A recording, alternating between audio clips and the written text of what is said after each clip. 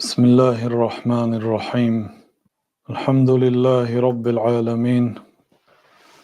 والصلاة والسلام على أشرف الأنبياء والمرسلين نبينا محمد وعلى آله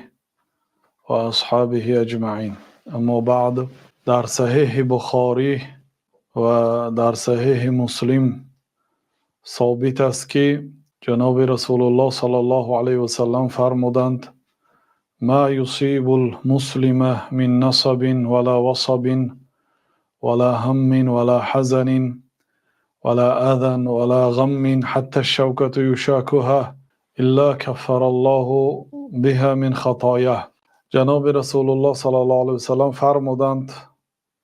هر مصیبتی که به شخص مسلمان میرسد، خواه از مشقت باشد، خواه از درد و بیماری و رنجوری باشد، خواه از غم و غصه ها و اذیت مردم باشد، حتی خاری که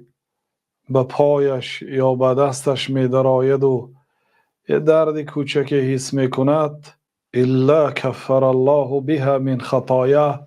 مگر این مشقت، این غم، این غصه، این درد، این غمگینی و این طبیعتی که او را، مصیبتی که بر سرش آمده است و باعث خیره شدن طبیعتش شده است، همه این ناخوشی ها سبب کفاره گناه می شود. گناهاش بخشیده می شود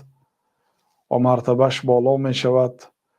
و شخص مسلمان در این حالت وظیفه دار است که به مصیبت هایی که بر سرش آمده است صبر کند و از الله سبحانه و تعالی اجر و ثواب امید کند.